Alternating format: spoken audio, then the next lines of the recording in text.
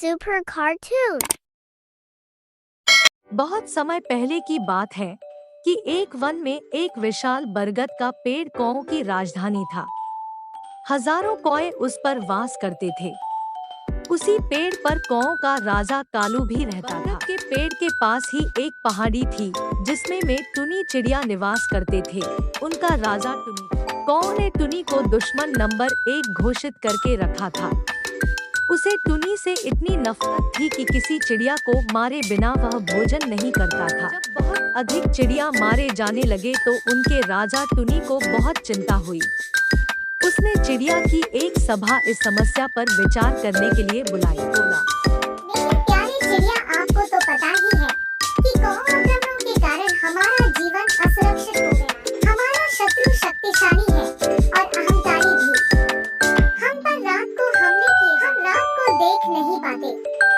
हम दिन में जवाबी हमला नहीं कर पाते क्योंकि वे अंधेरों में सुरक्षित बैठे रहते हैं। टुनी ने सियाने और बुद्धिमान चिड़िया से अपने सुझाव देने के लिए कहा।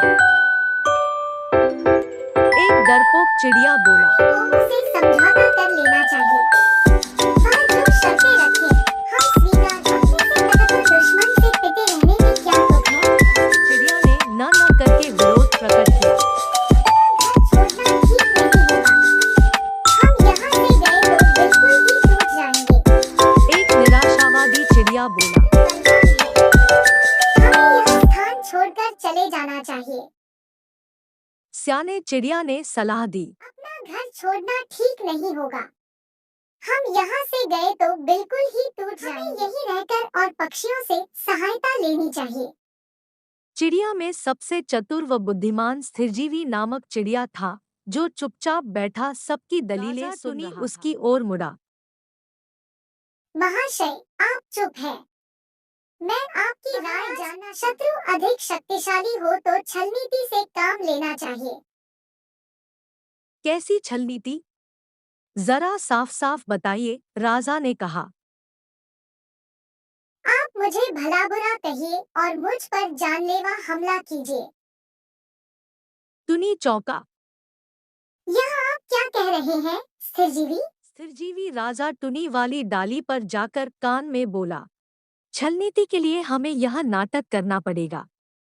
हमारे आसपास के पेड़ों पर कौन जासूस हमारी इस सभा की सारी कार्यवाही देख रहे हैं।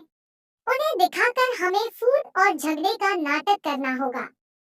इसके बाद आप सारे कौओं को लेकर पर्वत पर जाकर मेरी प्रतीक्षा करें। मैं कौओं के दल में शामिल होकर उनके विनाश का सामान जुटाऊंगा। घर का भेदी बनकर उनकी लंका ढाऊंगा। फिर नाटक शुरू हुआ। टुनी चीख उठा, राजा से ऐसी बदतमीजी से बोलने की तेरी हिम्मत कैसे हुई? राजा टुनी ने अपने पंख से स्थिरजीवी को जोरदार झापड़ मारकर तनी से गिरा दिया और घोषणा की, मैं गद्दार स्थिरजीवी को चिड़िया समाज से निकाल रहा हूँ। अब से कोई चिड़िया इस नीच से कोई संबंध के नहीं। पेड़ों पर छिपे बैठे कौओं जासूसों की आंखें चमक उठी। कौओं के राजा को जासूसों ने सूचना दी कि चिड़िया में फूट पड़ गई है। मारपीट और गाली गलौज हो रही है। इतना सुनते ही कौओं के सेनापति ने राजा से कहा, महाराज, यही मौका है चिड़िया पर आक्रमण करने का। इस समय हम उन्हें आसानी से हरा देंगे। कौओं के राजा कालू को सेनापति की बात सही लगी।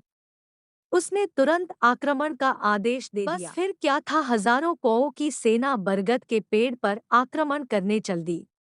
परंतु वहां एक भी चिड़िया नहीं मिला। भी कैसे? योजना के अनुसार टुनी सारे चिड़िया को लेकर पर्वत की ओर गया था। पेड़ खाली पाकर कौओं के राजा ने थूका, चिड़िया हमारा सामना करने की बजाय भाग गए। ऐसे कायरों पर हजार झाड़ियों में गिरा पड़ा स्थिरजीवी चिड़िया यह सब देख रहा था। स्थिरजीवी ने ची ची की आवाज निकाली। कालू राजा भी आया। उसने पूछा, तुम्हारी यह दुर्दशा कैसे हुई? स्थिरजीवी बोला, मैं राजा टुनी का नीति मंत्री था। मैंने उनको नेक सलाह दी कि कौओं का नेतृत्व इस समय एक पराक्रमी राजा कर रहे हैं। हमें कौओं की अधीनता स्वीकार कर लेनी चाहिए। मेरी बात सुनकर टुनी क्रोधित हो गया और मुझे फटकार कर चिड़िया की जाति से बाहर कर दिया। मुझे अपनी शरण में ले लीजिए।